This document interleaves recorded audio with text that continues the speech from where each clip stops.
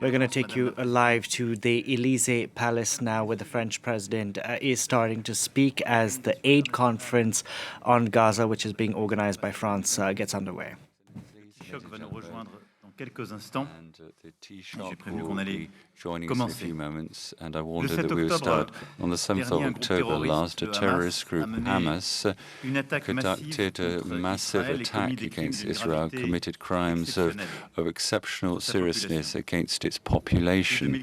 More than 1,400 people lost their lives, 239 hostages still in the hands of Hamas.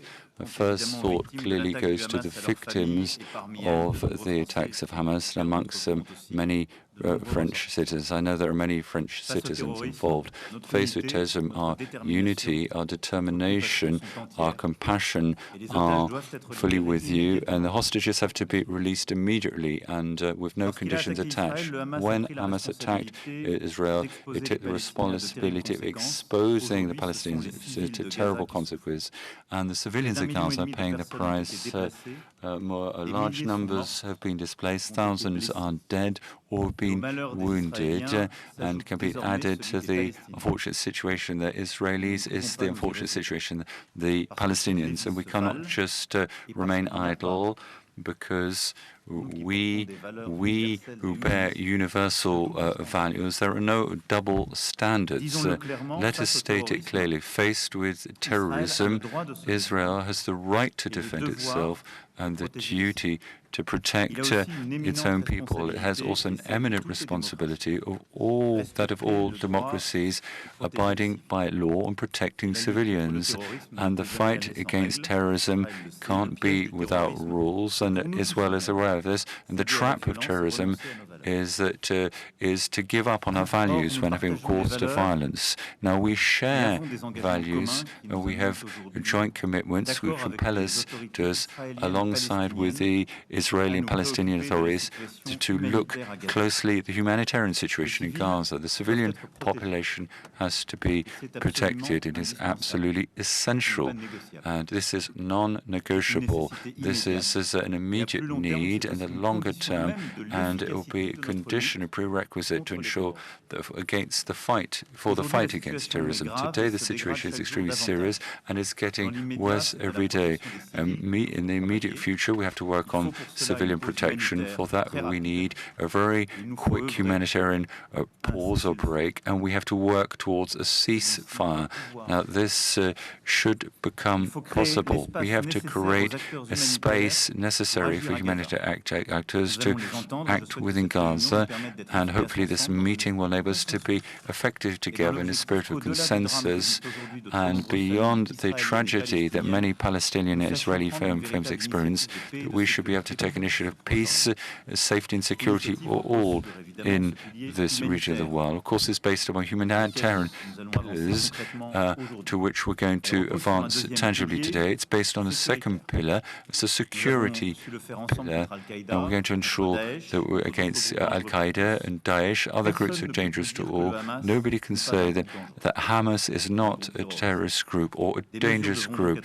The measures will have to be taken to ensure its finances dry up, and I would suggest a series of actions to ensure that other terrorist groups in this region no longer join in this fight, to ensure that the source of funding and weapons dries up. But we'll talk about that later.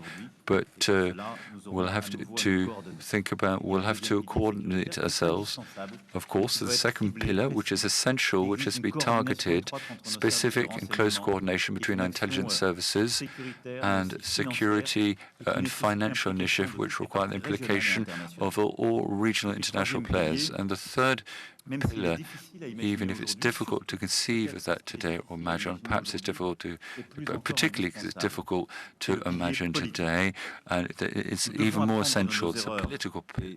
We have to learn from our mistakes and no longer accept the Middle East. This area is always being pushed off till tomorrow. As of today, we have to take initiative and to find the strength to move towards a two-state solution, Israel and Palestine living side by side in peace. so the creation of a Palestinian state would serve the safety and security of Israeli, and this war today shouldn't deviate from the objective to ensure their legitimate aspirations are satisfied.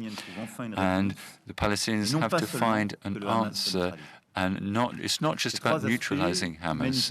These three aspects, humanitarian, security-based, and political, inextricably linked, closely entwined, but this requires smooth coordination between all people of goodwill, and I hope that for that will be to identify financial and material resources and tangible organization in the field, and the requests that we have to make upon various stakeholders to ensure that this aid can be directed, and so we can prepare this humanitarian pause and then subsequently a ceasefire, which are essential and unavoidable.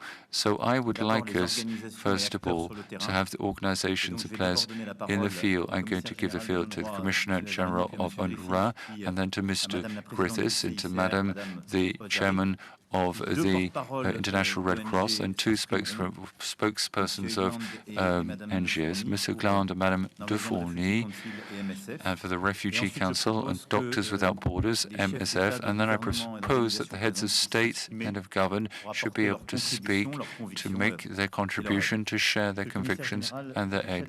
Mr. Commissioner General, I hand the floor over to you. If you would like to express our sincerest condolences for the staff that you have lost during the last few weeks, men and women who were serving the international community and whose lives were claimed in the Gaza Strip, men and women who helped, who taught, who provided care, and so you are specifically, or your teams are specifically in our thoughts this morning.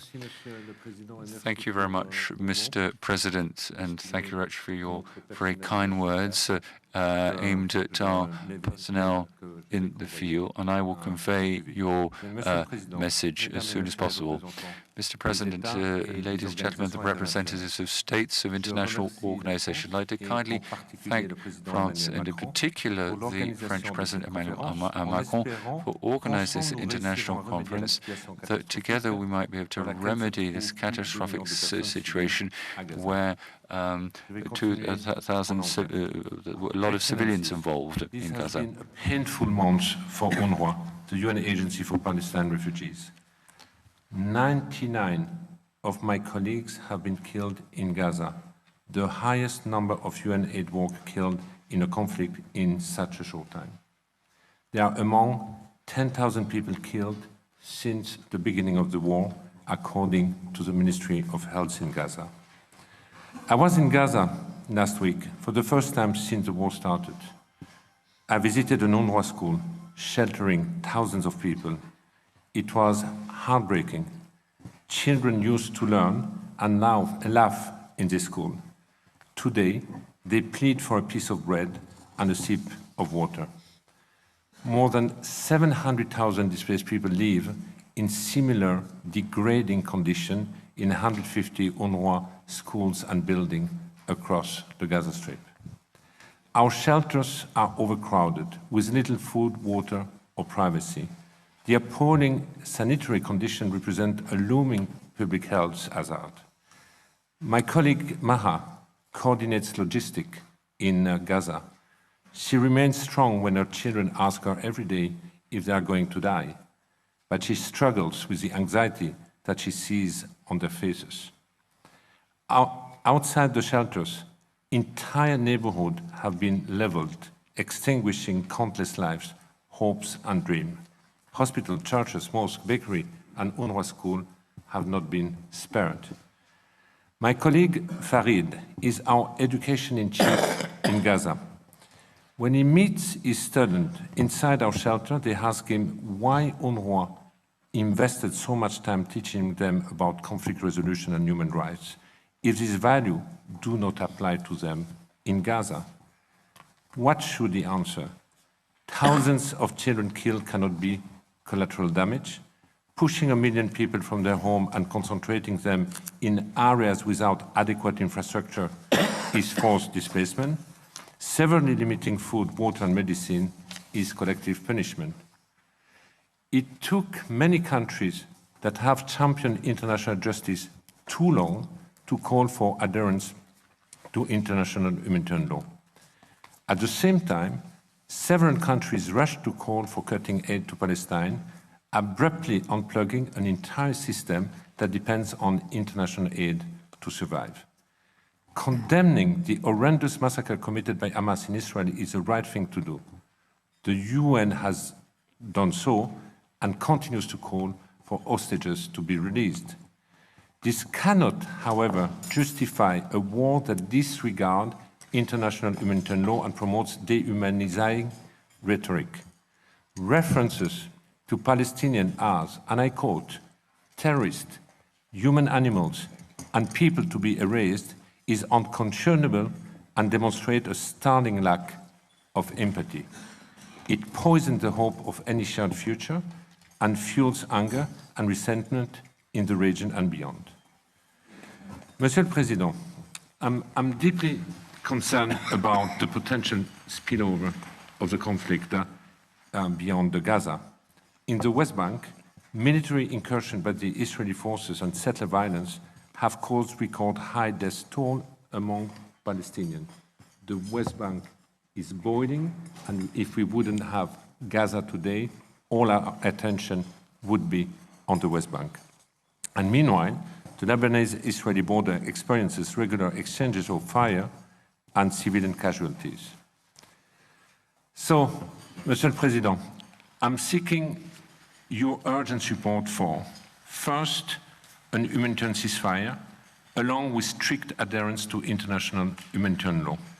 Civilian and civilian infrastructure, including UN facilities hosting displaced people, must be protected and accessible to humanitarian assistance everywhere in Gaza at all times. Second, we need a meaningful and continuous flow of humanitarian aid, including fuel. The volume of aid coming in through Rafah blatantly is inadequate. All crossings should be open, in particular crossing points with Israel like Kerem Shalom. But humanitarian aid alone will not cover the needs of people in Gaza. It must be complemented by the private sector and the restoration of municipal services like water and waste management. We must reopen commercial lines so shops and retailers can replenish their stocks. And third, UNRWA still needs funds. I thank the country that announced new contribution in the past weeks. However, our core budget remains underfunded. The biggest UN agency in Gaza might not have the funds for staff salaries until the end of the year. UNRWA is among the last glimmer of hope in Gaza. 5,000 staff continue to run clinics, distribute bread and water, and provide psychosocial support in our shelters. We cannot take the risk to discontinue our services. I implore your governments to remain generous and ask those that have excluded the agency from their contribution to reconsider. We will hear from Martin Griffiths about the humanitarian flash appeal, which includes an important component for UNRWA. Finally, we have to consider the day after. We must step back from the brink of a spillover before it's too late. A genuine prospect of Palestinian statehood is critical, as you said, Mr. President, to stabilize the region. It is in the interest of all, including Israel, to find a solution that allows Israeli and Palestinians to live in peace side by side. As an humanitarian and development partner, UNRWA will do all it can for the civilian in Gaza. Thank you. Merci beaucoup. Thank you. Thank you very much. Over to you, Mr. Martin Griffiths. Thank you very much, Mr. President.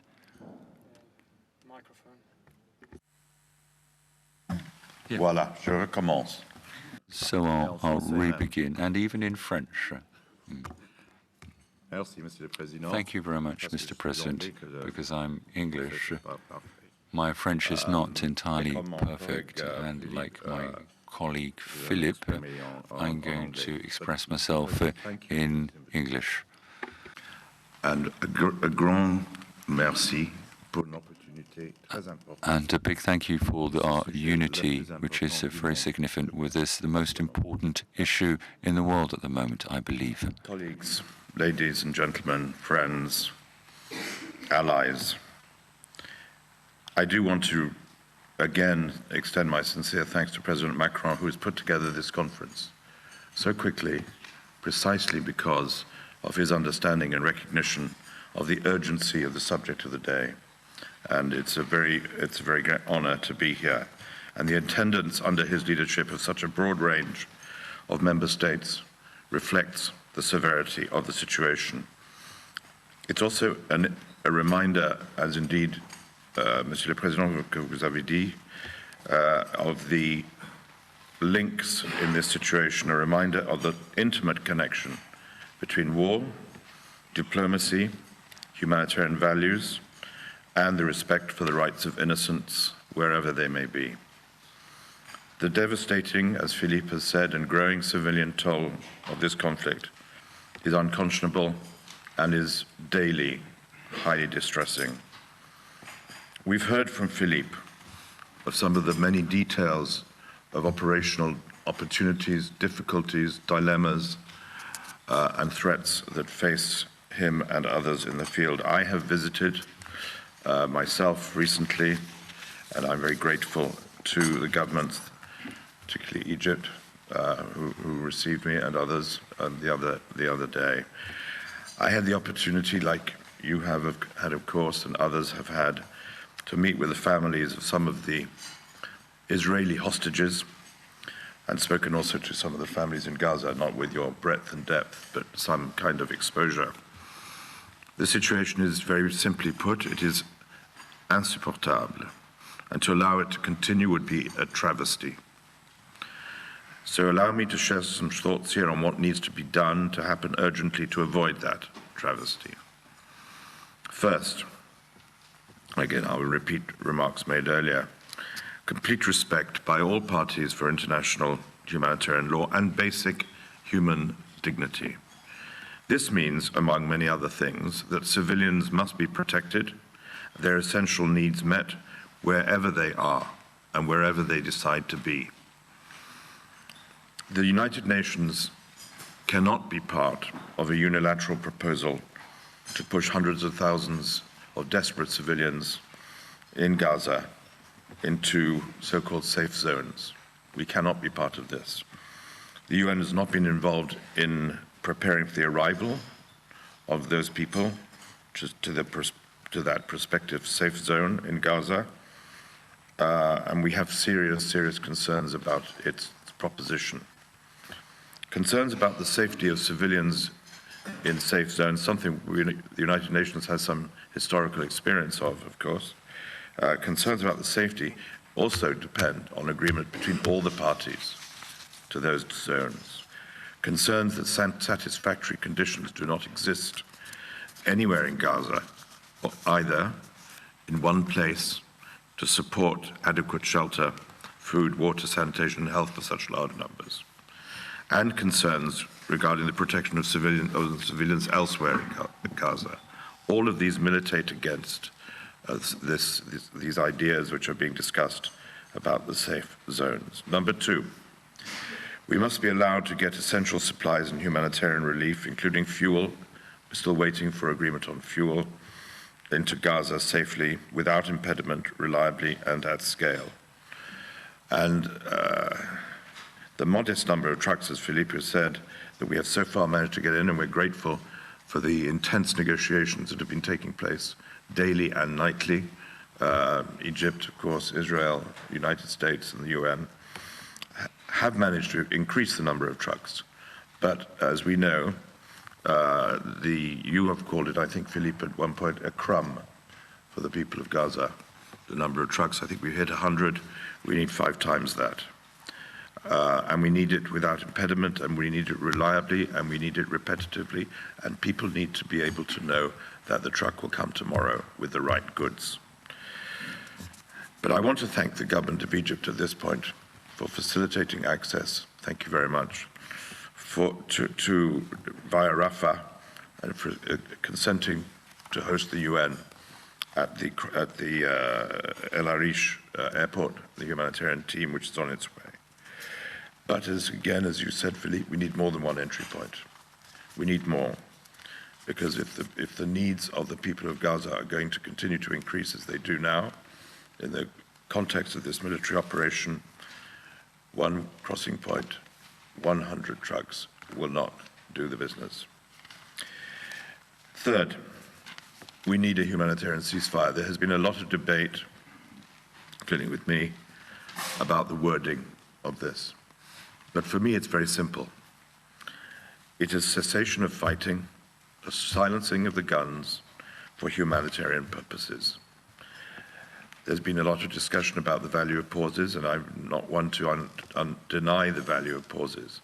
But that is not the same as a ceasefire, as you mentioned also, Mr. President, which provides a sense of continuity to allow precisely for the revival of services, the entry of the private sector, and the possibility of the people of Gaza to breathe and consider that they will have a future.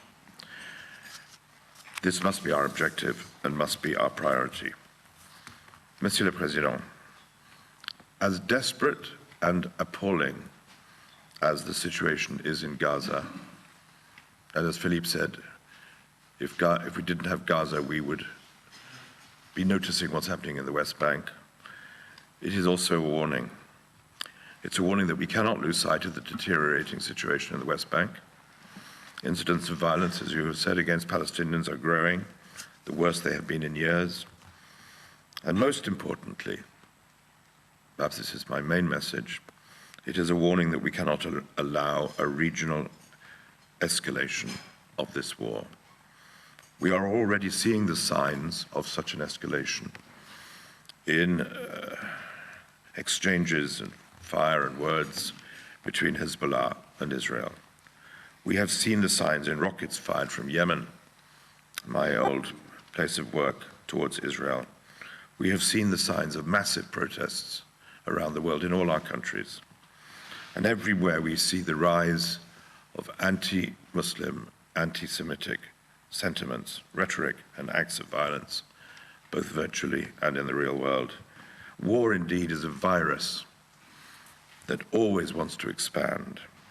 Then the current conflict is a wildfire that could consume the region, that could spread, and that we will think these have been the good days when we see what may happen tomorrow. Unless multilateral and diplomatic efforts, and Monsieur le Président spoke about the three pillars, security, humanitarian, and political, unless these can be maximized to ensure protection of civilians, enhance humanitarian access, secure the release of the hostages so viciously, violently taken on October the 7th, I have a real fear that this could just be the beginning. Over the past 2 years, as we all know, particularly my neighbors, multilateralism and the fairness, equality, and pursuit of peace that underpin it has come under significant challenge, not least, of course, from the war in Ukraine. Today, it is under significant challenge again. Choosing war over peace, choosing no future over the opportunities to improve the conditions for our children and our families has become the default option. It is now that we are at the time of the greatest challenge that we must defend and act upon our common principles built up over many years to make the pursuit of peace trump the default position of war. Multilateralism and committed diplomacy must be the vehicle through which we find a solution for the Palestinian people. And today's conference is a decisive step on that path because, Monsieur le Président, you draw a straight line here in your arrangements, in your attendance, in your participation, between conscience of the world and generosity and action for the Palestinian people, and we thank you for that. And finally, of course, like you, I want to thank UNRWA and my friend Philippe for what they're doing on the front lines and what they have always done on the front lines for the Palestinian people. UNRWA is the thin line between tragedy and safety, between slaughter and humanity.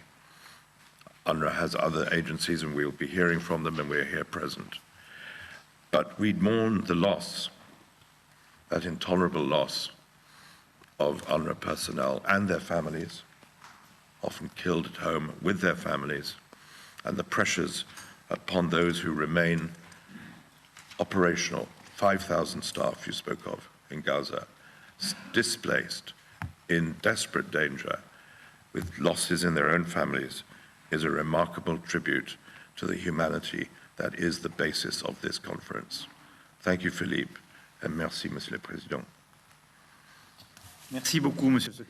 Thank you very much, Deputy Secretary General. Now, the head of the Red Cross. Monsieur le Président, Mr. Chairman, Excellencies, ladies and gentlemen, the suffering is intolerable in Gaza and Israel. Too many lives, including children, have been lost. The destruction of houses and the deep traumatism and the hostages still being under custody are creating serious anguish. This disastrous humanitarian situation has already lasted for a month, and it's entirely acceptable that it should last any longer. International humanitarian law is a key tool and the most complete tool to deal with this issue and to ensure the protection of civilians and to result in the de-escalation of the current crisis. I call on the international community to keep a watch that this is effectively implemented. Mr. President, ladies and gentlemen, and dear colleagues, the immediate imperative is to save lives and preserve humanity. Rapid and sustained humanitarian access and supplies are desperately needed. Critical services like healthcare, water, electricity, and communications must be immediately restored in Gaza as a life-saving priority. In Gaza, the ICRC has more than 100 staff who remain working amid the violence, and we have pre-positioned life-saving supplies, and recently, through the Rafah crossing, we brought in medical supplies and a new team, including surgical and weapon contamination experts. But stocks are running out, and our surgeons now lack anesthesia and even gauze to treat burn victims. We are ready to rapidly scale given the vast needs, but we need to be able to regularly bring in large volumes of stocks and have the necessary access and safety guarantees. The ICRC is working to support communities in Gaza, the West Bank, and Israel, including through our partners, the Palestine Red Crescent Society, the Magen David Adom, and other members of the movement, and notably the Egyptian Red Crescent, to support their essential emergency service work. Humanitarian workers in Gaza and Israel have showed incredible courage and dedication. Tragically, as we have heard, medics, also from the MDA and PRCS, as well as UN and other humanitarians, have been killed while working to help others. I pay tribute to them and call for the urgent protection of all civilians, including humanitarian and medical personnel and hospitals, in line with international humanitarian law. The role of a neutral intermediary has proven valuable to meet humanitarian needs. Through our dialogue with the parties, the ICRC has offered practical assistance and at critical moments. On Monday, we accompanied ambulances transporting patients in need of urgent medical care from Al-Shifa Hospital in Gaza City to the Rafah border. As a trusted neutral actor, the ICRC also facilitated the 2 hostage release operations. We continue to call for the immediate release of hostages and remain committed to facilitating any further release and to visit the hostages. But humanitarian aid must not become a fig leaf for failing to protect civilian lives. The primary responsibility to protect victims of war rests on the parties to the conflict. These protections must be extended to all civilians, including those who remain in Gaza City. The North is unlikely to be completely emptied of its population, and not all of its buildings can be considered military targets. It is urgent to start preparing for the return to the North for the hundreds of thousands of families displaced. Respecting IHL now will have a substantial and positive impact. In the West Bank, the deadly violence against civilians continues to escalate, and these people cannot be forgotten, and their needs and protection must be addressed. Without immediate restraint on both sides, we are heading for an even deeper humanitarian disaster and perpetuating cycles of violence. We cannot accept absolute hostility to the point of dehumanization of the other side. With each passing day, the possibility of finding a way back to a dialogue and the political solution dwindles. We must try not only to reduce human suffering, but also to preserve a minimal space in which to agree on something that is not achieved through military means, but through political discussions. I urge states to use their influence to ensure IHL is fully respected and implemented. The Geneva Conventions are practical. Killing civilians and ill treatment are prohibited. The wounded and sick must be cared for, protected, and respected. People detained must be treated humanely and with dignity. Hostage-taking is prohibited, and hostages should be immediately released unharmed. Civilian infrastructure that people depend on to live, including electricity and water networks, must not be targeted. Irrespective of any military siege, the parties must ensure that civilians have access to basic necessities, including medical care. We are confronted with a catastrophic moral failing, one that the world must not tolerate. I urge you to take concrete political steps to ensure a sustained humanitarian space, protect the special role of neutral actors such as the ICRC, provide adequate funding, and to urge respect for the practical implementation of the laws of war. Thank you. Merci beaucoup, Madame la Présidente. Thank you very much. Now I'd like to hand over to Mr. Egeland, Norwegian Refugee Council Chairman. Thank you very much, Mr. President. Excellencies, we are many non-governmental organizations here today, and we have one united You were listening to speakers there at the aid conference for Gaza organized by the French president. Earlier, we had the president of the International Red Cross who spoke about the need to ramp up humanitarian aid in the enclave as well as protect the lives of Palestinians. Before that, we had Martin Griffiths, who's the UN Under-Secretary General for Humanitarian Affairs, who spoke about the urgent need of implementing a ceasefire in the enclave. We had the French president, of course, who opened today's gathering, and he started by reiterating Israel's right to defend itself and dismissed accusations of so-called double standards, some things Western countries have been accused of. And of course, France 24's Philippe Lazzarini was listening to all those speakers with me here in the studio. Philip, I thought one of the most one of the speakers who was most difficult to listen to was Philippe Lazzarini, who spoke about what is going on in Gaza. He has actually been inside Gaza, so of course what he had to say really mattered. And he spoke about schools run by the UN's Agency for Palestinian Refugees that once had students there who were learning, who were laughing, and now they're begging for a piece of bread and a sip of water.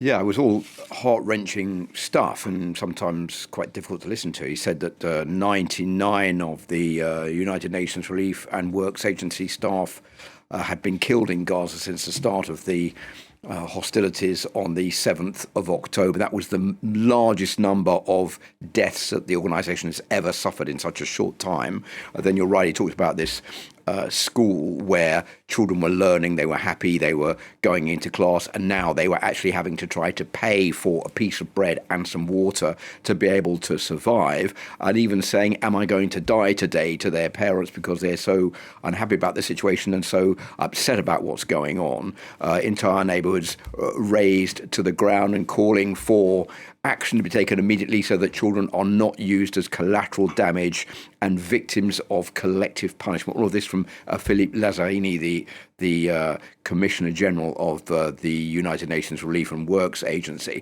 And another important element that he also said was, there is the problem in Gaza, but if there wasn't the problem in Gaza, we would be talking much more about the West Bank, because the West Bank is also boiling. There are attacks by settlers against Palestinians, and that is something that we are not paying enough attention to, and that's why he is concerned this could spread out into a much wider conflict.